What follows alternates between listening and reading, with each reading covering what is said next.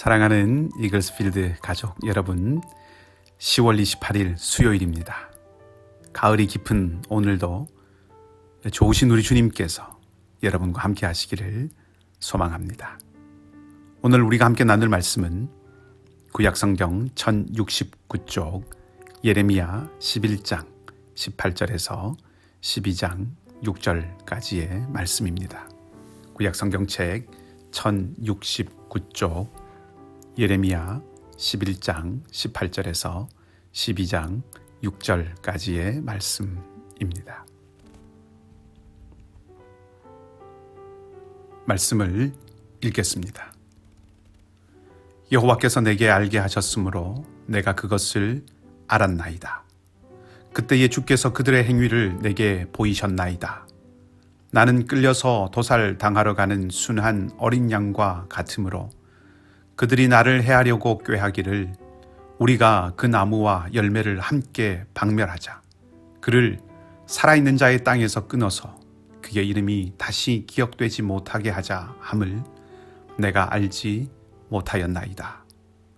공의로 판단하시며 사람의 마음을 감찰하시는 만군의 여호와여, 나의 원통함을 주께 아뢰었사오니 그들에게 대한 주의 보복을 내가 보리이다 하였더니 여호와께서 아나돗 사람들에 대하여 이와 같이 말씀하시되 그들이 내 생명을 빼앗으려고 찾아 이르기를 너는 여호와의 이름으로 예언하지 말라. 두렵건대 우리 손에 죽을까 하노라 하도다. 그러므로 만군의 여호와께서 이와 같이 말씀하시니라. 보라, 내가 그들을 벌하리니 청년들은 칼에 죽으며 자녀들은 기근에 죽고 남는 자가 없으리라. 내가 아나돗 사람에게 재앙을 내리리니 곧 그들을 벌할 해이니라. 여호와여, 내가 주와 변론할 때에는 주께서 의로우시니이다. 그러나 내가 주께 질문하옵나니 악한 자의 길이 형통하며 반역한 자가 다 평안함은 무슨 까닭이니이까. 주께서 그들을 심으심으로 그들이 뿌리가 박히고 장성하여 열매를 맺었거늘 그들의 입은 주께 가까우나 그들의 마음은 머니이다. 여호와여, 주께서 나를 아시고 나를 보시며 내 마음이 주를 향하여 어떠함을 감찰하시오니 양을 잡으려고 끌어냄과 같이 그들을 끌어내시되 죽일 날을 위하여 그들을 구별하옵소서. 언제까지 이 땅이 슬퍼하며 온 지방의 채소가 마르리이까. 짐승과 새들도 멸절하게 되었사오니 이는 이 땅 주민이 악하여 스스로 말하기를 그가 우리의 나중 일을 보지 못하리라 함이니이다. 만일 네가 보행자와 함께 달려도 피곤하면 어찌 능히 말과 경주하겠느냐. 네가 평안한 땅에서는 무사하려니와 요단 강물이 넘칠 때에는 어찌하겠느냐. 내 형제와 아버지의 집이라도 너를 속이며 내 뒤에서 크게 외치나니 그들이 내게 좋은 말을 할지라도 너는 믿지 말지니라. 아멘. 하나님과 함께 동행하는 삶이 늘 형통하고 평안하며 모든 근심과 염려, 어려움과 고난으로부터 보호받는 안전하고 평탄한 것만이 아니라는 것을 예레미야의 삶을 통해서 만나게 됩니다. 그리고 그런 모습을 볼 때마다 한편으로는 두려움 같은 것이 생기기도 합니다. 하지만 예레미야의 삶을 보면서 우리는 하나님의 말씀을 받은 사람이 어떻게 살아가야 하는지를 배울 수 있습니다. 오늘 예레미야가 몰랐던 소식을 하나 알게 됩니다. 하나님께서 알려준 소식인데 고향 사람들이 예레미야 자신을 죽이려고 한다는 계획이었습니다. 다른 사람이 아닌 고향 사람들이 예레미야를 대적한 이유는 예레미야가 고향 사람들도 쉽게 수긍하지 못하는 메시지를 선포했기 때문입니다. 예루살렘 제사장들이 자신들은 하나님을 잘 섬기고 있다고 생각했듯이 아나돗 사람들도 예루살렘을 비판하면서 우리야말로 하나님을 제대로 섬기고 있다고 생각했는데 하나님은 예레미야를 통하여서 유다의 멸망을 선언하시고 그것을 통해서 예루살렘과 아나돗이 그저 자기 이익으로 뭉친 사람들에 불과하다는 것을 말씀하신 것이죠. 하나님의 말씀에 사로잡힌 예레미야는 이로써 사방의 적들로 둘러싸이게 되었습니다. 아이러니입니다. 본질적으로 하나님의 길과 세상의 길은 바울의 표현처럼 서로 원수가 되기 때문에 하나님의 말씀을 받은 예레미야의 삶은 고난과 환난의 길일 수밖에 없는 것이었습니다. 예수님 당시에도 그러했지요. 바리새인들과 사두개인들은 모두 하나님을 잘 섬기는 사람들이라고 스스로 자부하고 있었습니다. 예수님은 그들의 경건이 사실은 가식이고 욕망의 또 다른 표현일 뿐이라는 것을 드러내신 것입니다. 그래서 이들은 예수님을 죽이려 든 것이죠. 오늘 예레미야의 경우도 마찬가지였던 것입니다. 이런 상황에서 예레미야가 바라본 것은 하나님입니다. 다른 누구에게도 호소할 길이 없는 것이지요. 고향 사람, 가장 가까운 사람들로부터도 어려움을 겪으니 기가 막힐 노릇이고 그래서 하나님을 쳐다봅니다. 하나님만이 사사로운 감정이나 이해관계가 아닌 공의로 판단하실 수 있고 하나님만이 사람의 마음을 감찰하실 수 있기 때문입니다. 우리도 만일 이러한 경우가 닥친다면 마땅히 하나님께 호소해야 되겠지요. 그리고 우리가 기도의 자리에 나오는 이유들 중에 하나도 이런 경우이기도 합니다. 그런데 그렇게 질문하고 그렇게 요청하면 마음에 평안이 쉬 깃들고 마음의 앙금들이 눈 녹듯이 스르르 순식간에 사라지는가 하는 것이죠. 많은 경우 그렇게 되지만 또 어떤 경우에는 기도하고 하나님 앞에 나와도 마음에 쉽사리 평정심을 되찾지 못하는 경우도 있습니다. 오늘 본문을 계속 읽어보면 예레미야도 그런 경우인 것 같습니다. 예레미야가 하나님께 묻습니다. 내가 주께 질문하옵나니 악한 자의 길이 형통하며 반역한 자가 다 평안함은 무슨 까닭이니까. 예레미야는 자신이 겪은 일들을 토대로 해서 주변과 세상을 바라보니 억울함이 솟구쳤으리라고 생각됩니다. 자신은 순전하게 하나님 말씀을 받고 예언자의 직무를 다하고 있을 뿐인데 이런 어려움을 겪게 되었고 그것이 하나님의 길을 걷기 때문에 감수해야 할 것이라고 자신은 받아들일 수 있다고 해도 세상을 보니 꼭 그렇지만은 않다는 것이죠.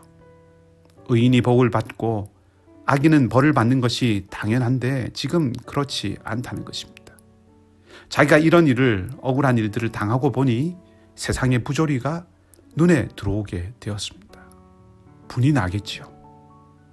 그래서 예레미야는 이런 세상에서 이런 고난과 환난 가운데서 하나님의 사람으로 어떻게 살아야 하는가 하는 것을 하나님께 물었던 것입니다.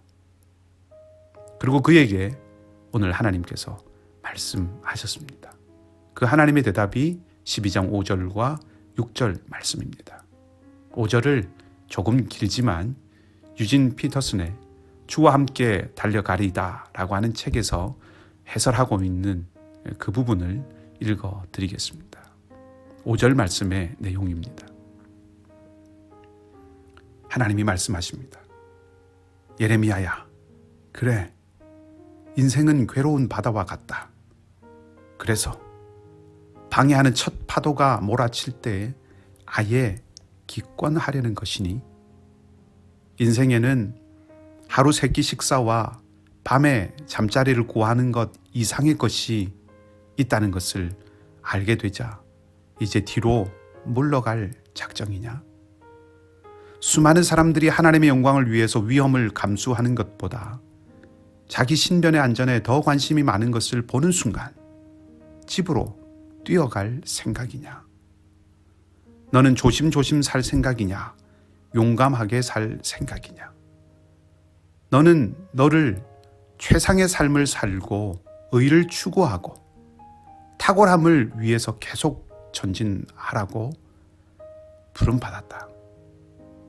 그래서 오히려 스트레스를 받고 두려워지는 것이 더 쉽다는 것을 나도 알고 있다.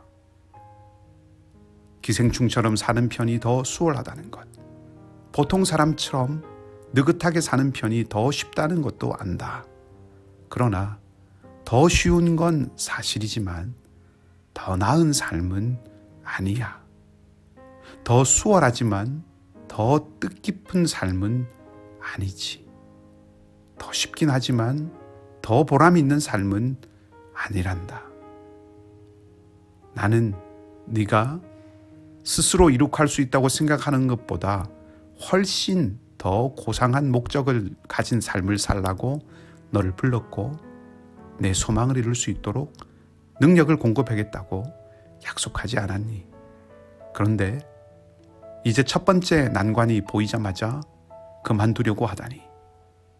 이처럼 평범하기 그지없는 미지근하고 냉담한 군중과 경쟁하다가 피곤에 지쳐 나가 떨어지면 도대체 진짜 경주가 시작되면 어떻게 할 작정이냐? 날렵하고 승부욕이 강한 탁월한 말들과 경주하는 것 말이다. 예레미야야, 네가 진정으로 원하는 것이 무엇이냐? 이런 군중과 함께 발을 질질 끌면서 걷고 싶으냐? 아니면 말들과 함께 힘차게 경주하고 싶으냐? 하나님의 말씀은 네가 나중에 당할 일이 말과 경주하는 것만큼 힘겨울 것이라고 예고하시는 것이 아닙니다. 너무 놀라거나 지금 낙심하지 말라는 것이죠. 능히 감당할 수 있을 때까지 함께 해주시겠다는 격려이고 약속입니다. 그 시련을 감당할 만한 예언자, 그런 하나님의 사람이 되기를 바라고 그렇게 만드실 것이라는 약속입니다. 그리고 이 모든 것 속에서 하나님만을 신뢰하라는 말씀입니다. 우리에게도 하나님께서 동일하게 물으십니다. 이런 군중들과 함께 발을 질질 끌면서 걸을 것인지, 훈련된 말들과 함께 경주하고 달려가는 탁월하고 위대한 인생을 살 것인지, 여러분은 어떻게 대답하시겠습니까? 여러분의 대답이 여러분의 삶을 결정할 것입니다. 우리의 기도의 자리가 겟세마네의 기도처럼 참으로 진지하게 하나님의 부르심을 듣는 자리가 되기를 소망합니다. 기도하겠습니다. 하나님, 바람이 불지만 씨앗이 자라 열매를 맺고 곡식이 되고, 비가 내리지만 풀이 자라 꽃이 되고, 폭풍이 닥치지만 나무가 자라 그늘이 되게 하는 주님의 섭리를 생각하면 우리의 삶에 어두운 먹구름 끼어든다 하여도 내리는 세찬 비와 거침없이 부는 바람이 도리어 우리의 삶을 마침내 더욱 깊고 풍성하게 만드는 것을 고백하지 않을 수 없습니다. 이 가을에 우리의 감사가 더욱 깊어지게 하시고, 주신 것을 감사할 뿐 아니라 어떤 순간에도 주님이 함께 하시고 주님이 함께 하실 것을 감사하게 하여 주시옵소서. 삶의 시련들 앞에서 고독하게 싸우는 모든 이들 가운데 주님이 빛이 되어주시고 바위가 되어주셔서 심지가 견고한 주님의 제자로 살아가게 하시고, 파도치는 바다 위를 항해하는 것 같은 일렁이는 모든 인생들 가운데 생명과 소망의 주님으로 저희와 함께하여 주시옵소서. 주님께 맡기고 나아가는 삶, 오직 주님만 바라보고 흔들리지 않는 저의 삶이 되게 하여 주시고 연약한 모든 자리마다 주님의 위로와 힘이 되어 주시옵소서.